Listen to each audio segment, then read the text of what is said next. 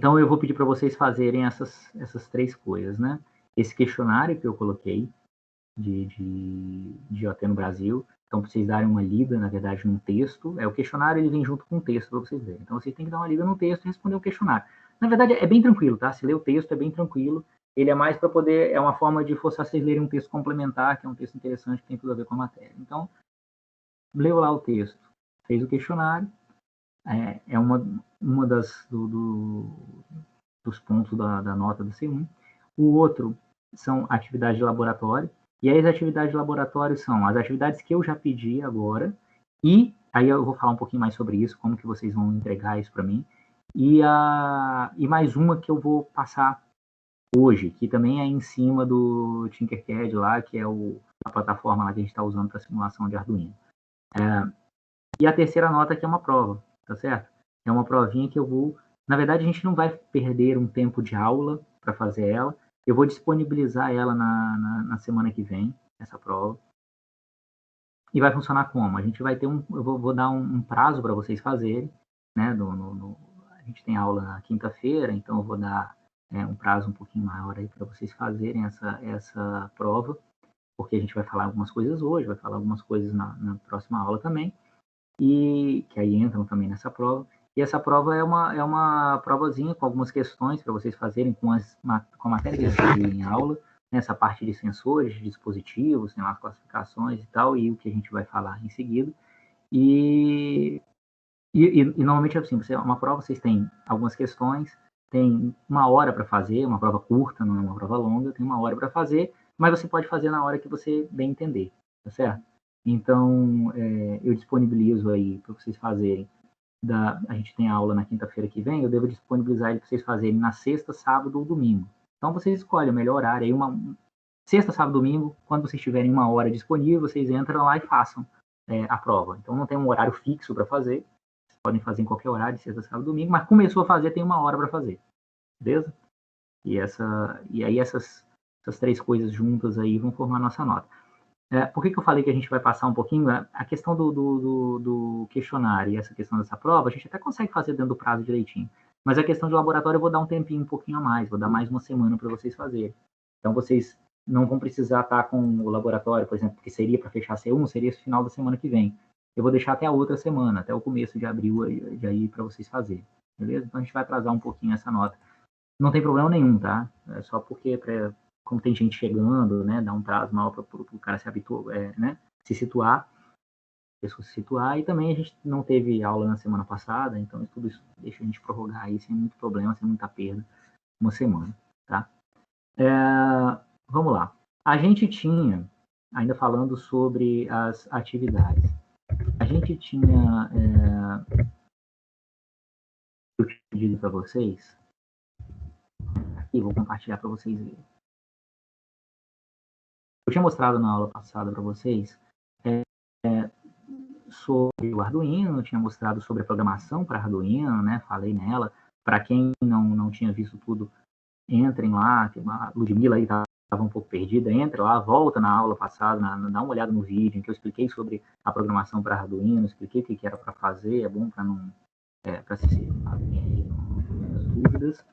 Claro que vocês não tentaram ainda fazer, mas tentando fazer na próxima aula, se teve dúvida, tentem fazer, porque aí vocês podem ter dúvidas, e aí vocês vêm até mim, não tem problema, a gente resolve as dúvidas.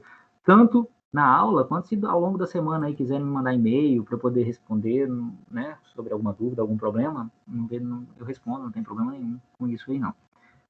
Deixa eu compartilhar aqui minha tela. Professor? Pode falar. Aqui, a gente tem grupo de WhatsApp nessa turma? Não, isso era uma outra coisa que eu ia falar também. A gente podia criar um grupo de WhatsApp que eu não criei. Eu vou fazer o seguinte, eu vou criar e vou botar no AVA. Não, eu faço aqui rapidinho e mando o link. Também pode ser, porque nem todo mundo está aqui, mas pode fazer. Não, a gente começa aqui e depois vai espalhando o link. O link também fica no... Tá bom, no histórico. Né? Fica no histórico da conversa aqui. Mas eu coloco ele no AVA lá também. Você criando aí, eu coloco lá no AVA. Isso, beleza, eu vou criar aqui agora. Valeu. Beleza, boa ideia. Bom, vocês estão vendo aí minha tela, eu acho, né, agora. A gente tem aqui, então, no Tinkercad foi o que a gente criou. Tem que criar uma conta lá, tudo isso eu mostro para vocês e tal. a gente veio aqui em circuitos, e aqui a gente pode criar um circuito usando o Arduino, né? Eu pedi para vocês, deixa eu entrar aqui para mostrar para vocês, está lá nas novidades, eu pedi para vocês fazerem experimentos usando o Tinkercad, pelo menos esses 3 experimentos aqui, que são experimentos que estão no Arduino. Vou abrir o primeiro aqui para vocês verem. Esse aqui é um experimentozinho que o site do Arduino propõe, tá certo? O site do Arduino propõe. Ele mostra aqui qual é o código para ser usado e tal. E o experimento consiste basicamente em pegar isso aqui e montar aqui, criar um novo circuito, montar esse circuito aqui no Tinkercad, tá certo? Igualzinho isso aqui, certo? Aqui mostra direitinho como é que você tem que fazer e qual o programa para você fazer, para você ver isso funcionando lá, certo? Isso aqui tem 3 programinhas para vocês fazerem. Eu vou passar isso aqui, tem esses 3 programas, eu vou passar mais 2, que são com sensores. Esse aqui não usam sensores de nada, só são programinhas para aperta o botão e tal, para vocês se ambientarem. A minha ideia era passar hoje mais 2, em que vocês vão usar sensores, né? Aqui tem todos os componentes, e aí tem um componente aqui cadê aqui? Deixa eu achar o sensor aqui. Aqui um sensor de temperatura. Então vocês vão usar um de sensor de temperatura e um de um sensor PIR. Sensor PIR é um sensor de presença, a gente falou sobre ele. Então a gente vai usar esses 2, de um sensor de presença e de um sensor de temperatura, tá certo? Aí, eles não vão ter aqui, igual estava aqui, eu vou passar para vocês com mais detalhes esses 2 circuitos aí para vocês montarem aqui. E aí, a nossa nota C1, e aí vocês vão ter 2 semanas, né? É bom fazer logo, porque se tiver dúvida, vocês vão ter tempo de tirar as dúvidas, a gente vê direitinho. É bom começar a fazer, mas comecem por esses aqui. E aí, o que eu vou pedir para vocês fazerem, a entrega que vocês vão ter que fazer, é uma captura de tela de que vocês fizeram. A gente não tem muito como ir além disso, não. Montou aqui, montei aqui, peguei aqui, ó, botei aqui cadê o Arduino? Deixa eu achar aqui. Aqui está o componentes básico, não vou botar todos os componentes. Posso pesquisar aqui, é mais fácil, né? Botei aqui o Arduino. Tá o Arduino aqui no meu circuito. Peguei aqui sei lá, o sensor. O sensor aqui, peguei aqui, o professor pediu aqui o sensor de temperatura. Tem um jeitinho de ligar, não vou ligar ele agora não. Montei o circuito aqui bonitinho. A gente estava usando os protoboards, né? Opa, não disparar agora não, aqui todos os componentes. Lá nos vídeos eu expliquei direitinho para vocês, na placa de ensaio aqui direitinho como é que ela é. Botei ela aqui, liguei o componente aqui, liguei a placa de ensaio lá direitinho no Arduino. Depois que fez isso aqui, eu vou pedir para vocês, depois do circuito, vocês capturarem essa tela aqui e tem a tela do código, que vocês vão vir aqui em texto, vão digitar o código e aí eu quero uma captura da tela do código que vocês fizeram e disso aqui montado. Então é só capturar as telas, tá certo? E mandar para mim. Eu vou criar um envio de trabalho lá no Ava para vocês fazerem isso para cada um desses 5 laboratórios, vamos dizer assim, né? Esses 3 aqui que eu pedi, mais 2 que eu vou pedir de sensores. Só botar as capturas de tela que fez, tá certo? Pra vocês fazerem, verem funcionando e colocarem lá que isso aí vai valer a nota de laboratório da C1. Opa, já tem um link aqui do chat, né? Vou aproveitar aqui, ó.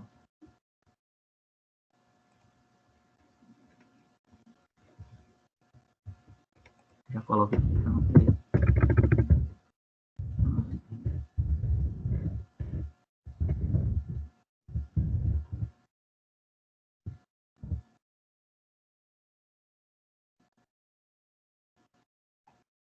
Pronto. Tá lá já. Beleza. Obrigado aí, Ludmila. Valeu, professor. Aí é isso, pessoal. E essa aí, então, eu peço que vocês façam. Vocês vão ter ainda prazo para fazer, que nem eu falei com vocês. Vou deixar para vocês fazerem e me entregarem isso até... Nós estamos aqui no dia 18, né? Pode ser até aqui, dia 4 de abril, aqui. Tem até um feriadinho aqui no meio que vocês podem usar para isso. Mas eu recomendo que façam logo, porque a gente vai ter uma aula aqui no meio do caminho. Então, se precisar parar nessa aula aqui para a gente ver o que vocês tiveram de dúvida e tal, a gente para e vê. Beleza? Tranquilos? Até o momento?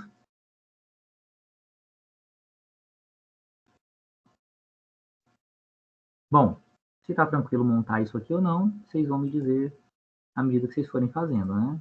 Recomendo, então, para quem chegou agora ou quem ainda tem alguma dúvida, que volte e vejam as aulas, estão disponíveis lá, disponibilizadas todas, até a última aula está disponibilizada lá no AVA lá direitinho. Eu sempre gravo aqui, sempre disponibilizo depois. Então, vamos lá. Eu vou seguir um pouquinho o que a gente estava falando. A gente já falou sobre sensores e dispositivos na aula passada. Eu vou começar já a falar um pouquinho sobre protocolos de IoT, sobre internet das coisas. A gente falou muito sobre as coisas e não falou sobre a internet, né? É o que eu já tinha comentado com vocês. A gente estava falando muito até o momento em sensores, né? E dispositivos. Basicamente eu tinha lá um dispositivo que era o Arduino ou o Raspberry Pi, a gente usa mais o Arduino, que eram dispositivos que eram pequenos equipamentos, pequenos computadores, né? Ou, no caso do Raspberry Pi, ou um dispositivo mesmo, no caso do Arduino, um circuitinho eletrônico que roda um programinha lá dentro, que controla os sensores. E os sensores são responsáveis por captar informações do ambiente, né? Temperatura, umidade, pressão, presença ou não de gás, presença ou não de alguém, coisas desse tipo. E aí, a gente, por enquanto, estava só capturando essa informação, né, e exibindo ela de alguma forma no computador, lá no monitor que a gente viu, no monitor serial. A gente estava só mandando para o computador o dado que a gente obteve de leitura de temperatura, de umidade, de pressão, do que quer que seja. Bom.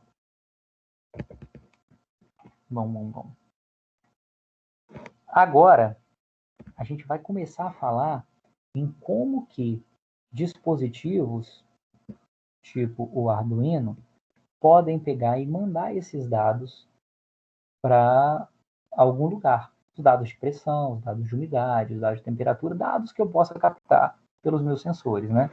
Então, vou fazer um desenhozinho aqui antes de eu falar isso. Tá meu quadro branco aqui. Então, eu tenho lá, basicamente, o que a gente está fazendo é o seguinte. Eu tenho lá um Arduino, que é o cara que é responsável por controlar os sensores, captar as informações, né, de temperatura, pressão, umidade, que nem eu falei. Eu tenho lá os meus sensores. Eu desenhei um sensor aqui, desenhei outro sensor. Sei lá, tem aqui, por exemplo, os sensores. Um sensor de temperatura, um sensor de pressão, um sensor de, sei lá. Tem os meus sensores aqui. E o Arduino está ligado a esses sensores. Né, os sensores estão ligados no Arduino. O Arduino controla esses sensores. O sensor ele vai obter dados de temperatura e vai passar para o Arduino. Por enquanto, o Arduino ele estava pegando e a gente estava só exibindo o dado no computador e tal. Mas em soluções de IoT, o Arduino está controlando esses sensores e ele vai pegar e vai mandar esse dado para algum lugar. Então o Arduino vai pegar esse dado e vai mandar, né, por exemplo, para um servidor. É um servidor que vai pegar esse dado aqui que ele vai mandar, esses dados que ele obteve dos sensores, né? Os dados que a gente chama de telemetria. Telemetria são dados que ele mediu em algum sensor. Ele vai pegar esses dados e vai mandar para algum servidor, né? Pode ser um servidor que está dentro da sua empresa mesmo, dentro da sua casa e tal, ou pode ser um servidor que pode estar na nuvem. Então a gente fala assim, mandou os dados para um servidor local. Então vou botar aqui, pode ser um servidor local. Quando eu digo um servidor local, um servidor que está dentro da empresa, um servidor que está dentro da sua casa, se for um sistema residencial, né? Ou então esse cara pode pegar os dados aqui do Arduino, o Arduino pode pegar os dados e pode mandar eles para desenhar aqui assim, isso aqui é para a nuvem. A nuvem também são servidores que estão lá dentro da nuvem, né? Nos provedores de nuvem. A gente vai falar um pouquinho mais sobre nuvem, sobre o que é isso e qual o papel disso aí nas soluções de IoT.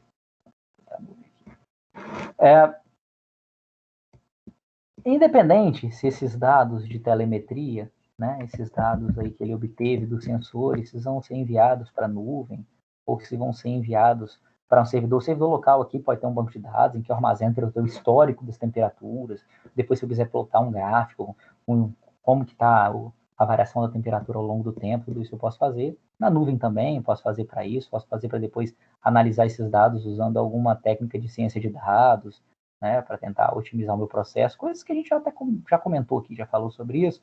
Independente disso, para mandar esses dados de telemetria para um servidor local ou para a nuvem, eu preciso utilizar algum mecanismo de envio. Esses mecanismos é o que a gente chama de protocolo, né? Protocolo de comunicação.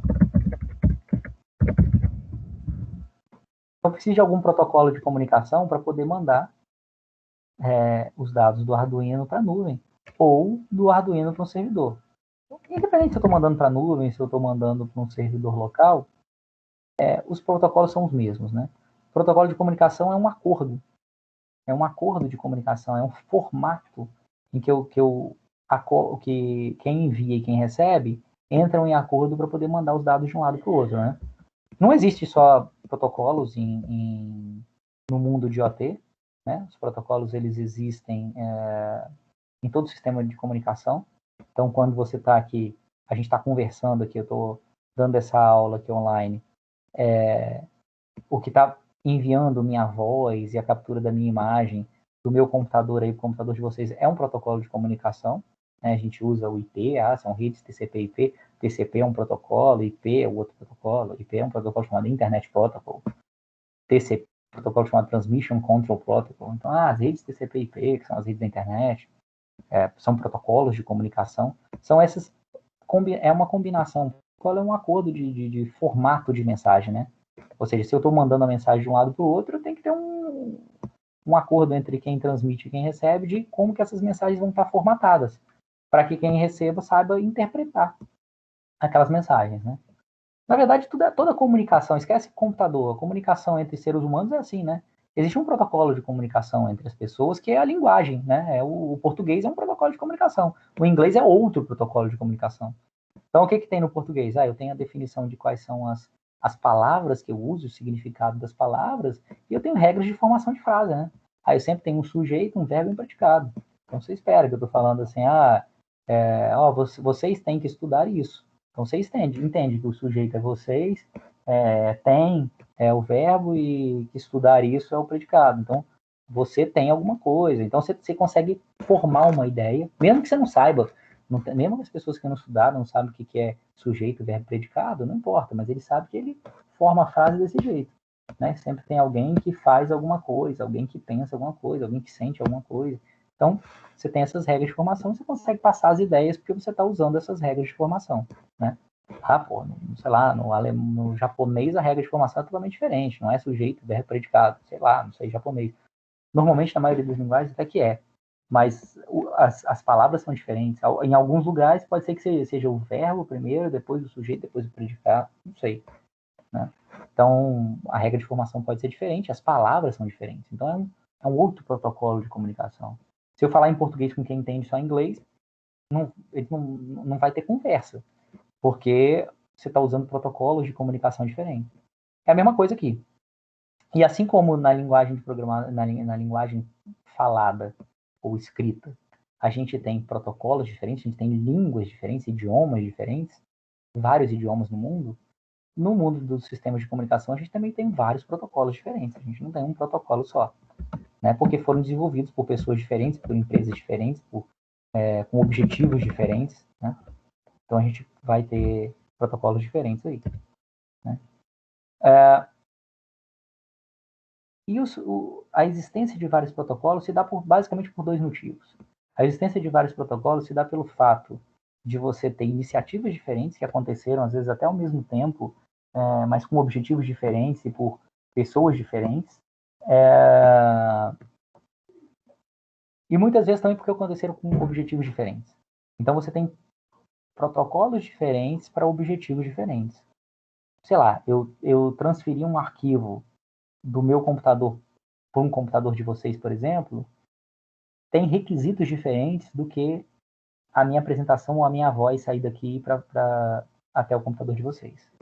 Quando eu transfiro um arquivo do meu computador para o computador de vocês, por exemplo, o arquivo tem que chegar perfeito, tem que chegar íntegro. Ele tem que, se eu botar aqui no Teams, eu posso disponibilizar um arquivo para vocês. Vocês baixam o arquivo tem que chegar aí perfeito. Se eu mandar por e-mail, tem que chegar aí perfeito. Ele tem que chegar, todos os bits tem que estar perfeitos. Porque se chegar algum bit errado, vocês podem ter problema para abrir o arquivo. Um arquivo doc que eu mandei, um PDF que eu mandei, qualquer coisa assim. Um executável, não importa. Você baixa de um site, ele tem que chegar perfeito até vocês.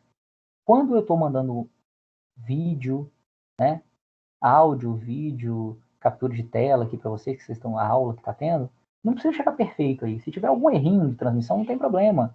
Vai dar um chiadinho no que eu estou falando, um estalo no que eu estou falando, a imagem, né, da captura da minha tela, uma hora ela vai chegar, vai ter uma falhinha, mas daqui a pouco se corrige. Então pode ter pequenos erros, não tem problema.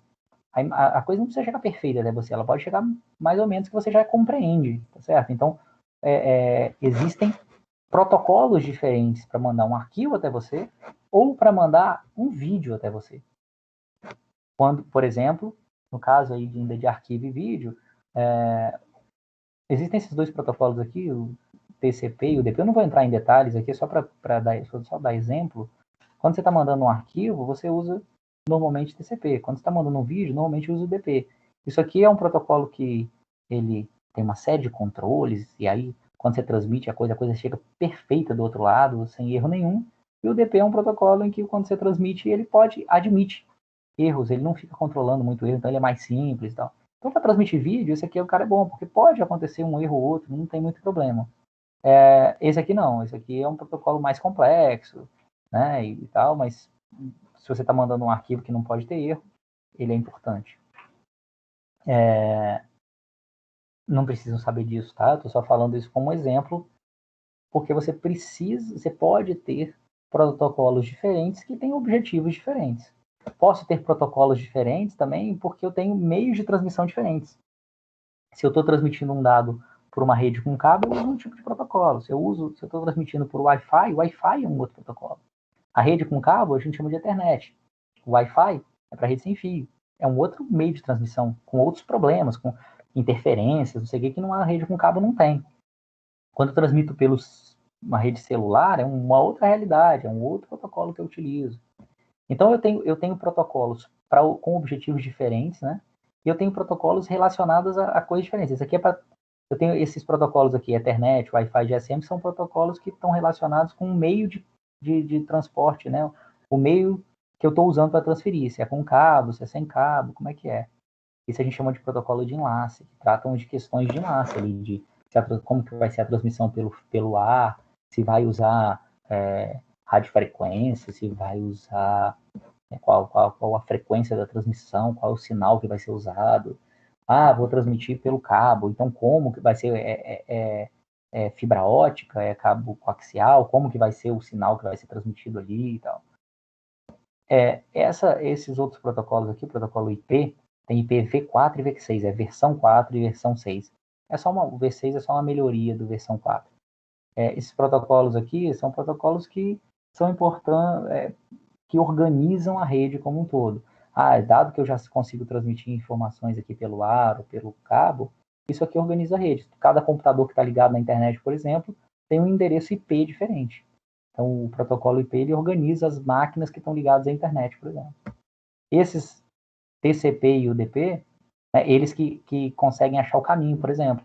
Vou acessar um servidor que está lá no Japão, que é o protocolo IP, que é um dos responsáveis para que minha mensagem que sai do meu computador e chega até o computador no Japão, que ela siga o caminho direitinho até chegar no Japão. Então, esse cara aqui é responsável por isso. Esse aqui, TCP e UDP, são responsáveis por exemplo, garantir que a informação vai sair da origem até o destino e chegar sem erro. E vai ter, por exemplo, no caso do TCP, né, que você permite transmitir arquivos, e aí se tiver erro você vai retransmitir o arquivo, ou pelo menos pedaços do arquivo. Quando você transmite um arquivo, o arquivo não vai inteiro, ele vai dividido em vários pedacinhos. E o UDP não tem bem mais simplesinho, não tem esse controle de erro. Então a informação pode chegar com erro, pode não chegar no destino porque teve congestionamento na rede no meio do caminho. Não tem muito problema, porque o vídeo é composto, um vídeo aqui, uma imagem, é composta de vários, ela é dividida em vários pedacinhos e transmitida em vários pedacinhos. Se um pedacinho só não chegar, não chega a ser um problema sério.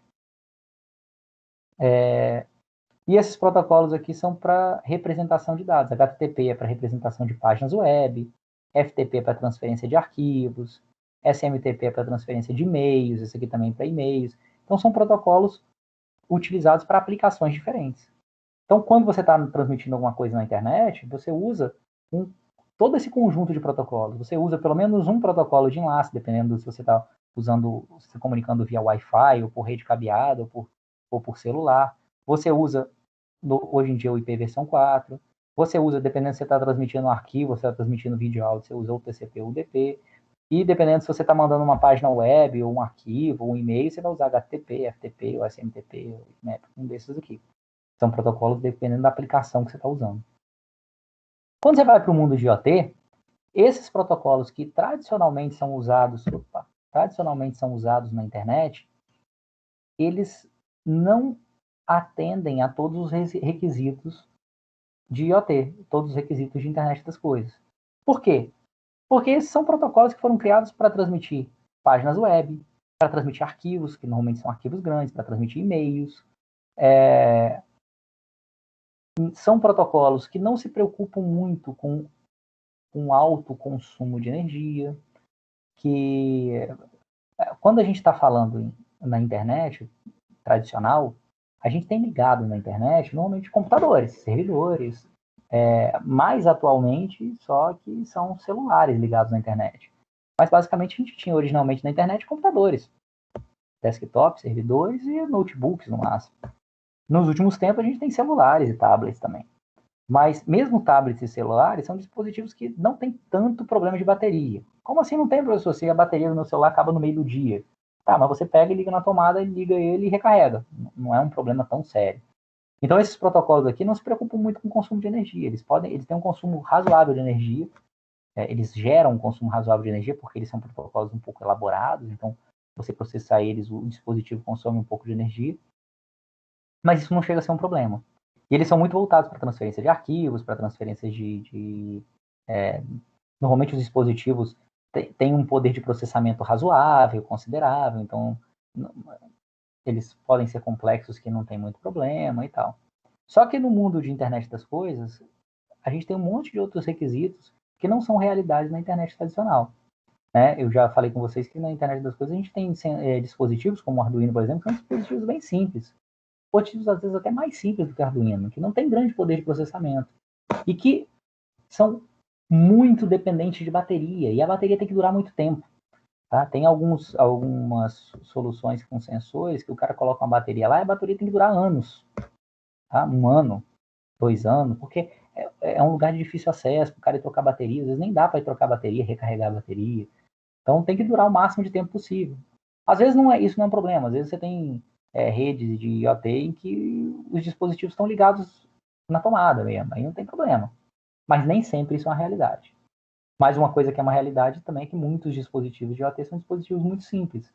Então, os protocolos que trabalham com IoT, né, esses protocolos são responsáveis por organizar a comunicação, eles têm que ser o mais simples possível. Eles têm que focar muito no baixo consumo de energia e também focar em serem o mais simples possível, porque você está lidando com dispositivos que têm baixo poder de processamento, não são computadores complexos e tal, são coisas bem mais simples. Certo? Então, foram desenvolvidos um novo conjunto de protocolos, foi desenvolvido um novo conjunto de protocolos que focava nisso aí, em você ter transmissão em transmissões com máquinas muito mais simples, né, com dispositivos que têm um poder de processamento muito mais simples, que tem restrições de bateria. E outra, muitas vezes em IoT também você está transmitindo dados simples, tipo temperatura, pressão, leituras muito simples, e que você não precisa de grandes velocidades de transmissão. Então, normalmente na internet tradicional, a gente está muito preocupado em ser rápido, em ter altas velocidades de transmissão. Eu quero ver um vídeo com boa qualidade, eu quero não sei o quê, então eu preciso de muito desempenho. Aqui eu não preciso disso, no mundo de IoT eu não preciso disso. Normalmente eu vou transmitir temperatura, eu vou fazer uma leitura a cada 10 segundos eu vou ler a temperatura dali. A cada 10 segundos eu vou ler a temperatura. A temperatura é um número. Eu tenho que transmitir um número a cada 10 segundos. É muito pouco. Aqui eu tenho que, em 10 segundos de vídeo, eu transmito dados pra caramba. Aqui eu vou transmitir um valor de temperatura, um de umidade, um de, sei lá, de pH do solo, um a cada 10 segundos, um a cada 30 segundos. Às vezes a leitura você vai fazer uma vez por minuto. Depende do que você está controlando, de qual a frequência você precisa controlar. Então, a quantidade de informação que você trafega é muito pequena. Então, não há uma preocupação com velocidade de funcionamento dos protocolos. Há uma preocupação, sim, com baixo consumo de energia e com pouco poder de processamento dos dispositivos que você usa. Então, não podem ser protocolos muito complexos. E também não há uma preocupação muito grande, aqui com uma possível perda de informações. Nem sempre tem essa preocupação. Eu estou lendo a temperatura a cada 10 segundos. Se eu li uma temperatura, mandei para o servidor uma temperatura, ela não chegou, não tem problema, daqui a 10 segundos vai chegar a próxima. Então, de vez em quando, você perder uma ou outra informação, não chega a ser um problema muito grave. Né? Então, esses protocolos aqui, TCP, UDP, IP, eles continuam sendo usados porque eles são os protocolos base da internet. É isso que caracteriza a internet. Para um dispositivo, alguma coisa, um computador, alguma coisa, algum equipamento está ligado na internet, ele precisa usar o IP, ele precisa usar o TCP e o UDP, ele precisa usar esses caras aqui. Esses aqui são de aplicação, depende de cada aplicação. Então, aplicações de IoT podem definir novos protocolos. E esses protocolos aqui da camada de enlace dependem do enlace que eu estou usando. Né? Não são para eu me comunicar via internet, eu posso ter protocolos novos se eu estiver usando novos enlaces, novas formas de conexão. Né? Então, nos protocolos de IoT, para transmitir dados pela internet, eu preciso continuar usando esses daqui. O TCP, o UDP, o IP, isso aqui eu não vou mexer. Mas eu só estou destacando aqui os que eu vou usar com mais frequência do que aqui. Mas eu preciso de novos protocolos de aplicação, porque as aplicações agora são leituras de sensores, né, que são mais simples e também porque eu quero protocolos que consumam menos energia. E eu vou ter, muitas vezes, às vezes eu vou ter os mesmos e mais novos protocolos de enlace, porque eu vou ter novas formas de comunicação, novos equipamentos de rádio que vão transmitir de um lado para o outro, em soluções de IoT proprietárias, inclusive. Então a gente vai falar um pouco nesses protocolos novos aqui, que existem de IoT. A gente vai começar falando nesses protocolos que a gente chama de baixo nível, que são protocolos que têm a ver com a transmissão em enlaces de dados, e depois a gente vai falar em protocolos de aplicação. Esses que estão destacados em maiores aqui, né, tipo o HTTP, que hoje talvez seja o protocolo na internet mais usado na web, e o MQTT é o protocolo mais usado, a gente vai usar aqui em fazer experimentos com ele, inclusive. Beleza? Então a gente vai começar pela camada inferior, protocolos para conexão de dispositivos próximos, né? Falei com vocês aqui para limitação de energia e tal. A internet não necessariamente é o mais adequado. A gente tem o low power do Wi-Fi, é um Wi-Fi para baixo consumo de energia. A gente tem um Bluetooth, que é o chamado BLE, que é Bluetooth Low Energy. É o Bluetooth que vocês conhecem, é isso aqui para baixo consumo de energia. Além disso, tem umas outras soluções que foram criadas especificamente para IoT, que é o Zigbee, LoRaWAN, Sigfox. Esses são de alguns fabricantes que desenvolveram soluções para IoT. Então, são soluções, muitas vezes, que nem atendem muito a dispositivos normais de internet.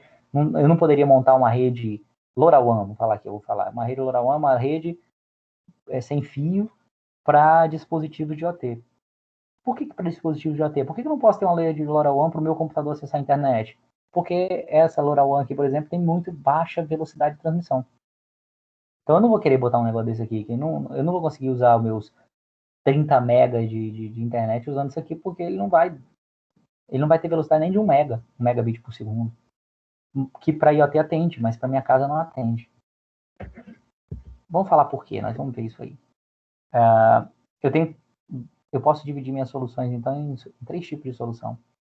Em soluções que têm alcance da ordem aí de 100 metros, que a gente vai ver o Zigbee, o Bluetooth, a gente vai falar nesses dois. A gente tem algumas soluções que têm alcance de até 50 quilômetros. Olha só, 50 quilômetros. Não que não vai ter exatamente 50 quilômetros, mas da ordem de algumas dezenas de quilômetros. Você tem alcance de uma cidade inteira. Dispositivos de uma cidade inteira podem estar usando uma mesma rede.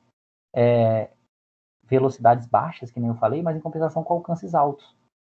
Se eu botar uma rede Wi-Fi na minha casa, eu preciso de um alcance baixo, que é só o meu apartamento aqui, e velocidade alta. Eu quero justamente o contrário, eu não quero alcance alto, eu quero alcance baixo e velocidade alta.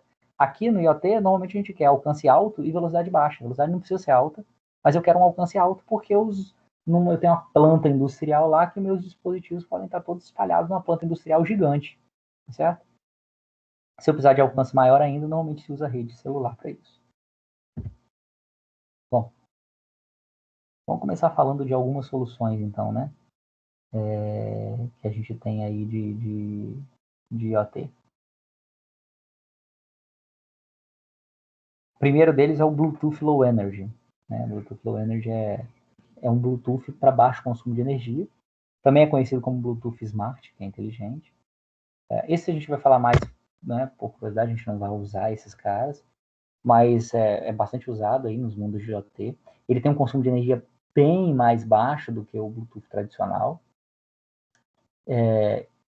Por quê? Porque os dispositivos eles ficam em idle, ficam desligados, sem consumir energia a maior parte do tempo. Né? A ideia é o seguinte, a ideia é que um dispositivo desse de Bluetooth, ele fique a maior parte do tempo desligado, e aí ele se ligue de vez em quando. De vez em quando, você tem um dispositivo que ele de vez em quando se liga, vê se tem alguma... se conecta lá o Bluetooth, né? Você se conecta ao dispositivo, ao outro dispositivo com o qual você quer se conectar, manda dados, recebe os dados que tem que mandar e dorme de novo. E aí você, por exemplo, você se liga uma vez a cada segundo, durante alguns milissegundos só. Então você tem consumo de energia com picos de 6 miliamperes, ou seja, 6 miliamperes é muito baixo. Mas como você só se liga de vez em quando, faz a conexão e depois se desliga, você tem um consumo da ordem de 1 microampere. 1 microampere é um milionésimo de ampere, é muito pouco. Tipo, se você botar uma pilha aí, ela vai durar muito, mas muito, mas muito tempo mesmo. Tá certo? Então você tem dispositivos que vão gastar muito pouca energia para transmitir. Porque a ideia é ficar desligado a maior parte do tempo. Se liga de vez em quando, transmite, desliga de novo. Liga de vez em quando. O circuito faz isso, né? O transmissor. Ele se liga, transmite, se desliga. E fica um tempo ligado. Se liga, transmite, se desliga. Se liga, vai lá ver se tem alguma coisa para você, se desliga. Então ele fica a maior parte do tempo desligado. Né? No Bluetooth normal, tradicional, ele fica o tempo todo ligado. Porque pode transmitir o tempo todo e tal. Esse aqui não. Ele só se liga de vez em quando e se desliga uma parte do tempo. Né? E no Bluetooth você pode ter, normalmente você pode ter duas principais ligações, né? A gente está falando em 3 aqui, mas são 2 principais. Uma que é um ponto a ponto. O Bluetooth ponto a ponto, isso aqui funciona no Bluetooth Low Energy, mas funciona no Bluetooth tradicional mesmo, também, do mesmo jeito. Você pode ter ligação ponto a ponto. Ligação ponto a ponto é quando você liga, por exemplo, eu tenho um headphone Bluetooth que está ligado no meu computador, por exemplo. Então, ou no meu celular, não importa. Estou ligando, é ponto a ponto. É o celular ligado no headphone, certo? Eu posso ter uma ligação estrela, e aí eu tenho um dispositivo mestre e os escravos, master e slave, que aí vale mais, talvez para o celular e headphone, até vale mais esse aqui. O celular funciona como master e o headphone se conecta no celular. E aí você pode ter o headphone conectado no celular, você pode ter um teclado Bluetooth conectado no celular, você pode ter várias coisas. No computador. Eu tenho o meu headphone Bluetooth ligado no meu computador, eu tenho um teclado Bluetooth ligado no meu computador, eu tenho um mouse Bluetooth ligado no meu computador, tá todo mundo ligado no master. Ele controla todo mundo, né? Posso ter um mestre, posso controlar, inclusive, bilhões de escravos, né? Originalmente eu podia, no Bluetooth original, eu podia controlar poucos escravos, no Bluetooth Low Energy eu posso controlar muitos, bilhões de escravos. E eu posso ter, inclusive, vários mestres que se comunicam entre si através de um escravo. Isso aqui é menos usado. Esses aqui são mais usados, né? Bom, o Bluetooth é isso. É um Bluetooth normal que a única diferença é que uma modificação que eles fizeram no protocolo para poder ficar a maior parte do tempo desligado e só se ligar de vez em quando. E com isso você gasta bem menos energia. Então é uma modificaçãozinha no protocolo para que isso aconteça, né? O Zigbee é um outro protocolo que é muito usado. Esse aqui é muito usado principalmente para soluções de OT de automação residencial. Se usa muito isso. O Zigbee foi criado por uma aliança de 200 empresas, né, que desenvolveram uma rede simples para automação industrial e residencial, mas é muito usado no residencial. É a Zigbee Alliance, tá até o símbolo dela aqui no cantinho direito, né? E os principais objetivos disso aí é você ter um baixo consumo de energia também, ter segurança na transmissão das informações, coexistência com outras redes na faixa ISM. E ISM é uma faixa de transmissão que é liberada para uso da população em geral. É onde está, por exemplo, o telefone sem fio, onde está o Wi-Fi. São faixas de frequência em que você pode criar aparelhos e vender aparelhos no mercado para as pessoas utilizarem, né? Existem várias faixas de frequência de transmissão que você não pode fazer transmissões sem ter uma autorização prévia. Então, por exemplo, a faixa que é usada para canais de TV, a faixa que é usada para rádios AM, FM, faixas que são usadas para equipamentos específicos, faixas que são usadas para transmissão em aeroportos, por exemplo. Essas faixas, você não pode sair transmitindo nessas faixas, nem para distâncias curtas, porque você pode interferir nos canais de televisão das pessoas. Então, você só pode transmitir se você tiver uma concessão. Você tem que pedir uma concessão, muitas dessas são compradas, telefonia celular. Você não pode transmitir nessas faixas de frequência que a telefonia celular usa, porque senão você ferra com a telefonia celular da região onde você está transmitindo.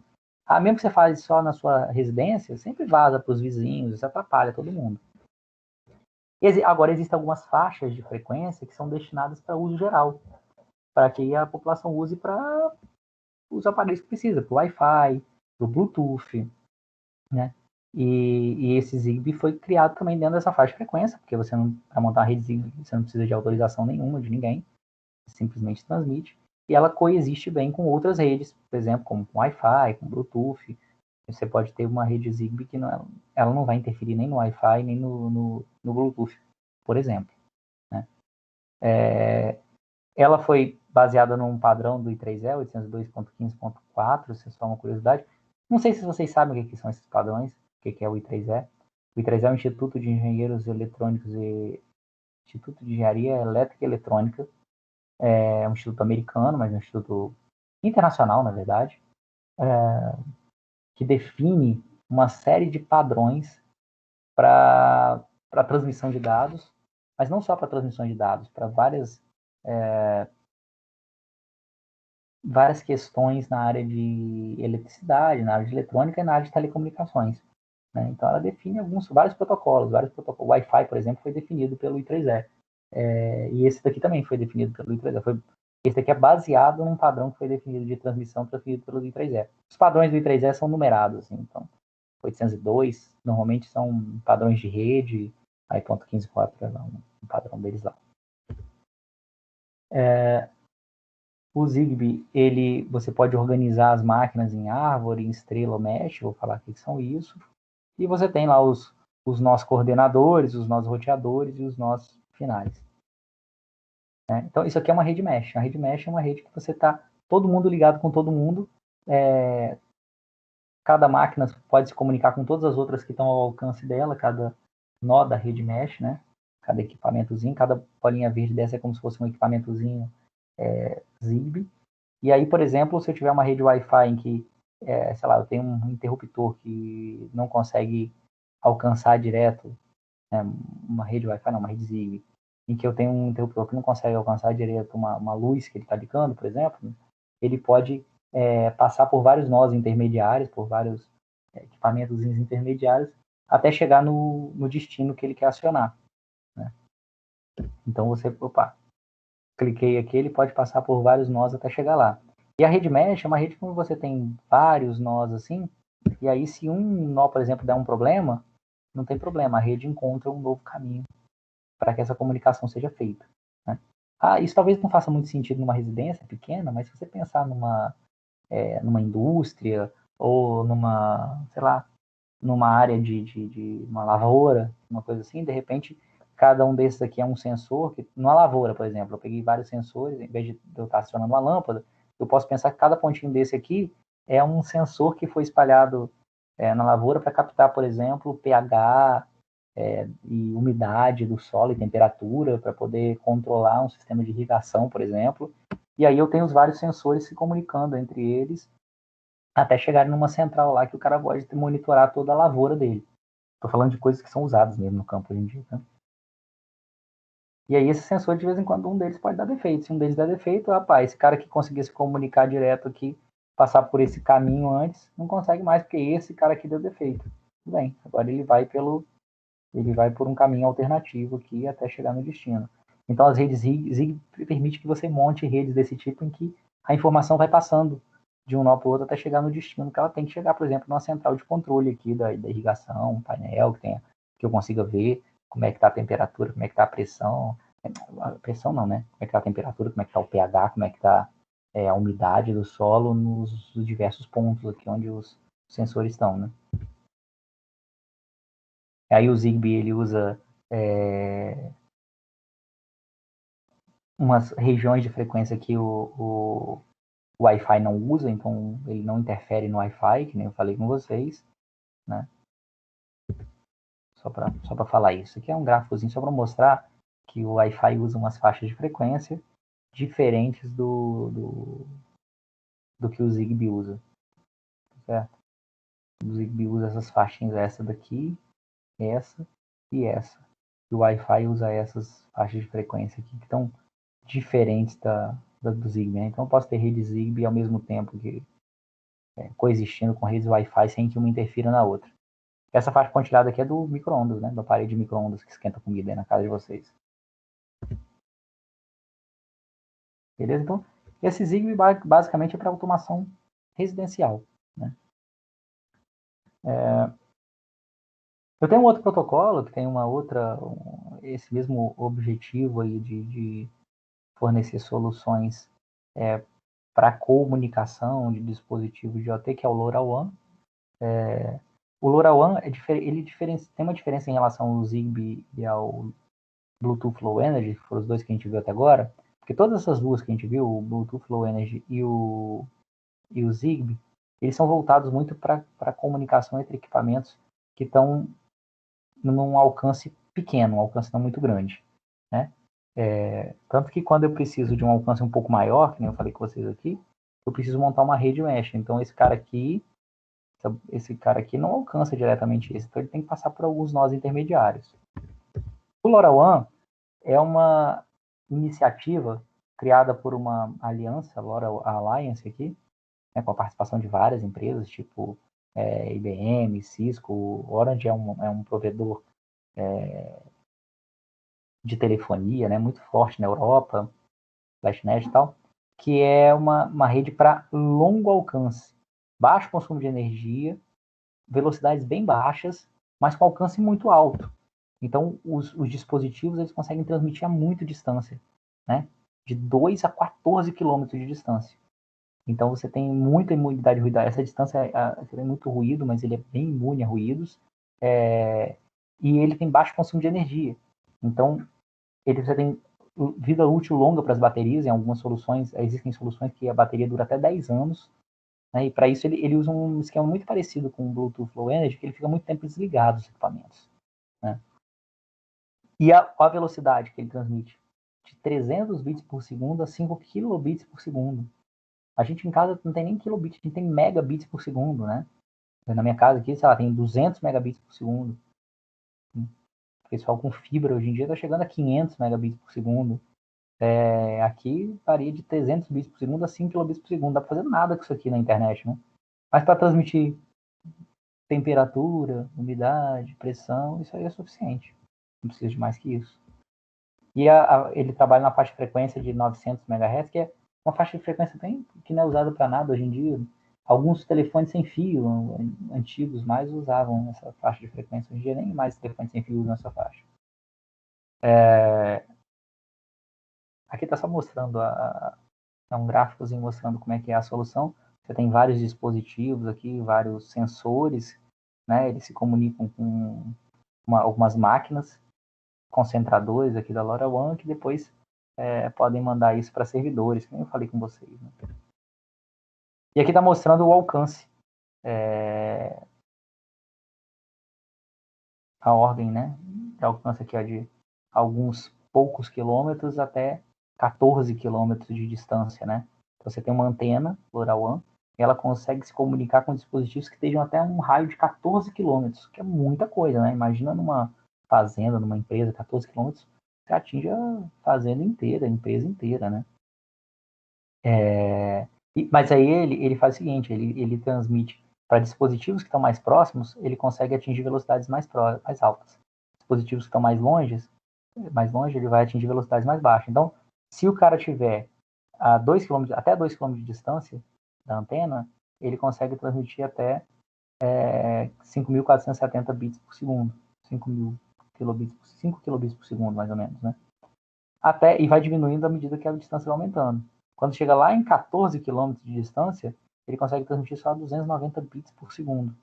E o tempo para a transmissão demora 1,4 segundos, 1.400 segundos. Aqui próximo, 56 milissegundos para transmitir uma informação. Aqui, 1.400 milissegundos, 1,4 milissegundos. Então, demora bastante para transmitir uma informação e é uma velocidade bem baixa, né? Tudo bem, se eu estiver transmitindo...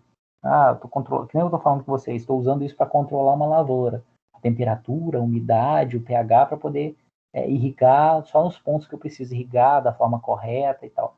Tratar o solo. Gente, eu não preciso de saber como é que está o pH do solo a cada segundo. Não vai mudar muito de um segundo para o outro. Eu preciso saber como é que está o pH do solo. Eu posso fazer uma leitura lá, uma leitura por minuto. Às vezes uma leitura a cada 10 minutos é suficiente para mim. Não vai mudar muito de 10 minutos. Se eu começar a irrigar 10 minutos depois do que era o ideal, isso não vai estragar minha lavoura. 5 minutos, 10 minutos. Então, de repente, eu vou ter uma leitura a cada 10 minutos. Isso aí é suficiente para mim. Não, mas eu estou controlando... Não é isso. Eu estou numa indústria controlando a pressão na caldeira. Tudo bem, eu não posso esperar 10 minutos, senão explode tudo. Tá bom, mas aí também eu vou botar uma antena mais próxima disso aí para eu ter velocidades um pouco maiores, porque aí eu posso fazer uma leitura por segundo. Uma leitura a cada 2 segundos, de repente é suficiente. Em 2 segundos eu consigo agir lá e fechar e desligar uma válvula lá para a caldeira não explodir. Certo? Então tem casos e casos, né? Mas mesmo os casos mais rápidos, você vai agir em 1 segundo, transmitir uma temperatura por segundo é muito pouco. Temperatura lá, um número com a mensagem lá inteira, não sei o que vai ocupar, sei lá, 20 bytes. Então eu vou transmitir 20 bytes por segundo. É muito pouquinho, né? 20 bytes por segundo, 1 byte são 8 bits. Então vou ter 160 bits por segundo. Aqui eu estou falando em 5.000 bits por segundo. Aqui 290 é mais do que suficiente para transmitir essas coisas que eu estou falando aqui. Certo? Então o LoRaWAN é uma solução que é bastante usada aí no mundo, tá? Uma outra solução foi desenvolvida na França, em 2010, chamada Sigfox. Na verdade, é uma empresa que propõe essa solução e que vende essa solução. E é uma solução proprietária. É uma solução... Essas soluções aqui, até agora, LoRaWAN, Zigbee, elas são soluções criadas por alianças de empresas, conjuntos de empresas, e são soluções abertas. Todo mundo pode implementar isso aqui. Essa Sigfox não. É uma empresa francesa que detém, né, os direitos dessa solução. Então, uma solução proprietária. Mas eles têm uma sacada que eles abriram para que qualquer um pudesse implementar sensores dispositivos que usassem o Sigfox. E aí, qualquer um fabricante pode fazer Sigfox sem pagar nada para eles. Em compensação, eles vendem toda a solução de servidores e armazenamento. Então, você pode fazer dispositivos que falem Sigfox, mas o seu dispositivo que usa o protocolo Sigfox tem que se comunicar com os servidores deles, você tem que armazenar os dados nos servidores deles, e aí você tem que pagar para eles por isso. Então, os dispositivos que você tem na sua empresa, na sua indústria, na sua casa, na sua lavoura, não importa, Sigfox, você não precisa pagar nada para eles, pode comprar de qualquer fabricante. Isso é o que a gente chama de front-end, são o endpoints, né? São os pontos de comunicação. Mas o back-end, que é os servidores onde ficam armazenados os dados, para onde esses caras vão mandar os dados para armazenar, são todos controlados pela Sigfox. Aí que eles ganham dinheiro, porque eles vendem a assinatura para você, o espaço para você armazenar esses dados, processar esses dados lá nos servidores deles, certo? Tem uma cobertura de até 50 km em zona rural, 10 km em zona urbana, mais ou menos, né? Aqui está mostrando quais são as taxas de transmissão, velocidades, aqui atrás transmissões bem baixas aqui, 100 bits por segundo, 600 bits por segundo, né? Usando frequências muito parecidas lá com que aqueles outros, aquela outra solução usava, né? As soluções são muito parecidas, né? E aí ele é bem baixo porque a velocidade, né, de transmissão aí que eu falei com vocês é bem baixa, porque o Sigfox ele tenta garantir que a mensagem com certeza vai chegar no destino. Como que ele faz então? Ele manda, sempre que você vai mandar um dado de temperatura, ele manda 3 vezes o mesmo dado. Ele manda o dado, logo em seguida ele manda numa frequência um pouquinho diferente, logo em seguida ele manda numa frequência um pouquinho diferente. Porque aí quem vai receber o dado, se não receber da primeira, recebe da segunda ou então da terceira. Então ele manda 3 vezes o dado para poder garantir que o dado vai chegar no destino, para ter mais segurança de que o dado vai chegar no destino. Né? Aí está falando também que eu posso ter várias antenas, e aí eu posso receber essa mensagem por várias antenas, para garantir também que eu vou receber, para ter mais confiabilidade na recepção das informações. Né? E aí o que eu falei com vocês, normalmente você tem aqui equipamentos que tem sensores, né, e tal, que eles são... Qualquer fabricante pode fabricar usando o Sigfox, e aí através da internet ele se comunica com os sistemas, o ambiente da Sigfox, aí é gerenciado por eles. E aí lá os dados ficam armazenados, você pode trabalhar com eles, tá? Usar ferramentas da Sigfox para poder analisar esses dados, mas eles cobram por isso aqui, e isso aqui não é gratuito. Até então, todas as soluções, tirando essa que a gente falou, Bluetooth, Low Energy, Zigbee e LoRaWAN, são soluções totalmente abertas que qualquer um pode fazer e usar à vontade. A Sigfox é a primeira que a gente falou aqui, a única que a gente vai falar, porque é a única que tem relevância, que é assim, em que, apesar dos equipamentos serem qualquer um poder fabricar, a infraestrutura que você usa de servidores onde você armazena os dados tem que ser a infraestrutura deles. Qualquer outra solução você pode usar para se comunicar, para mandar dados para onde você quiser, do jeito que você quiser. Mas isso aqui é uma solução que tem muito uso, tá? Tem muita gente usando isso aqui no mundo. Mesmo usando a solução, porque é uma solução boa. É uma solução boa. É uma solução eficiente. Beleza? Bom, vou parar agora um pouquinho aqui, só para a gente também não falar muita coisa de uma vez. A gente falou nos principais protocolos, são protocolos dessa camada mais baixa, que incluem da comunicação ali. Normalmente comunicação sem fio, a maioria das redes de sensores que existem atualmente são redes sem fio, certo? Das redes de IoT. E a gente vai falar, e na próxima aula, isso aqui a gente vai manter o TCP e a gente não vai mexer nisso aqui, a gente vai falar sobre os protocolos de aplicação, os que são responsáveis por transmitir os dados no formato em que eles têm que ser transmitidos, né? Dados de temperatura, de pressão, de umidade e tal, essas coisas aí.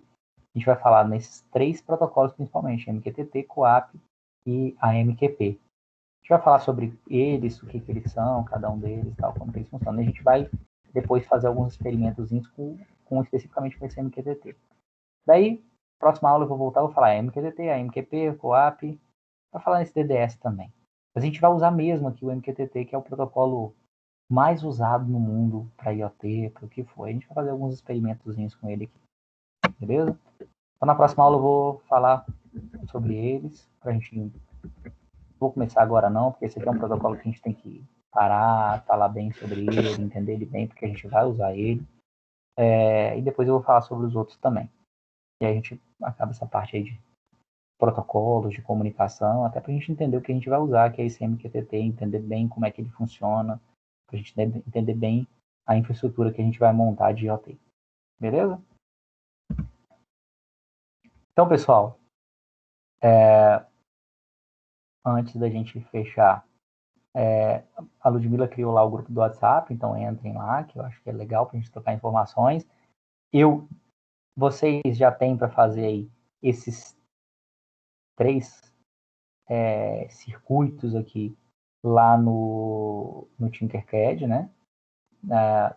Aqui está na aula que eu falei como criar o Tinkercad, lá o link, para vocês criarem uma conta pessoal, ir lá em circuitos, e aí vocês criam esses 3 aqui, e eu vou disponibilizar mais 2 para vocês criarem, e esses experimentos todos juntos vão formar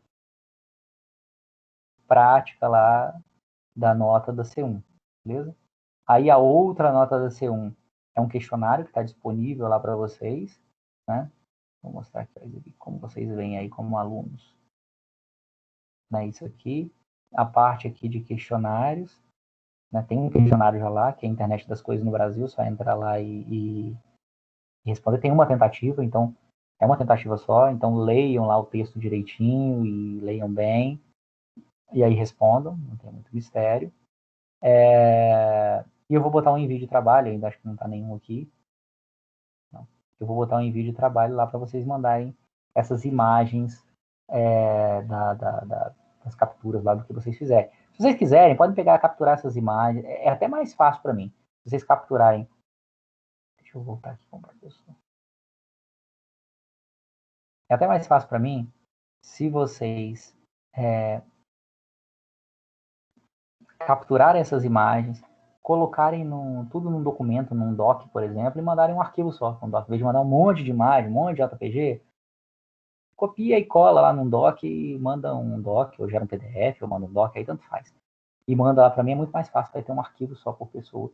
Muito mais fácil para eu poder olhar, abrir um documento e olhar as imagens todas lá dentro. Beleza? Vou fazer uma chamadinha aqui, está praticamente na nossa hora, não vou entrar nesses outros protocolos agora.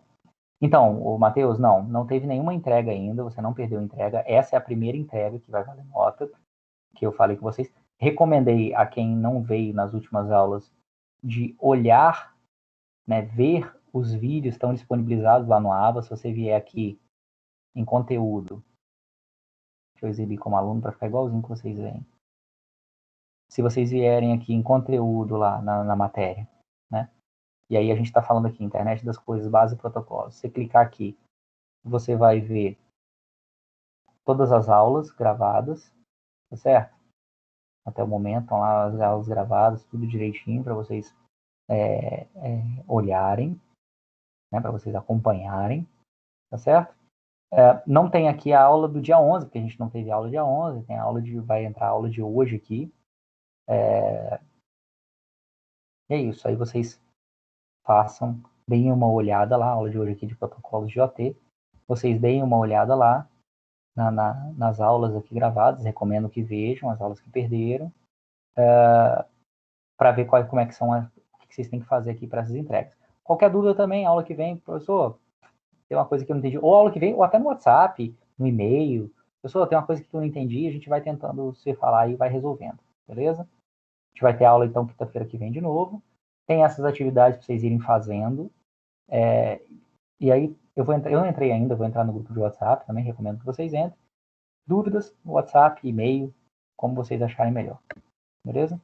Vou fazer uma chamada aqui.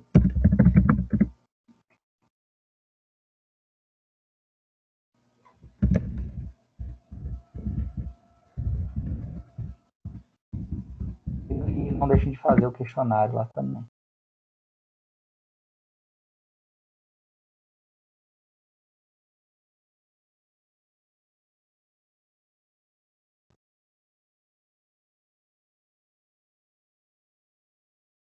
A prova, semana que vem, eu libero ela para você. Vocês têm 1 hora para fazer a prova, né? Eu vou disponibilizar semana que vem. Vocês vão ter sexta, sábado e domingo. Vocês podem, entre sexta, sábado e domingo, pode entrar a qualquer horário. Entrou, tem 1 hora para fazer. Beleza? Vou fazer uma chamada aqui. Vou até parar a gravação agora, porque eu vou fazer uma chamada. Não precisa gravar a chamada. Né?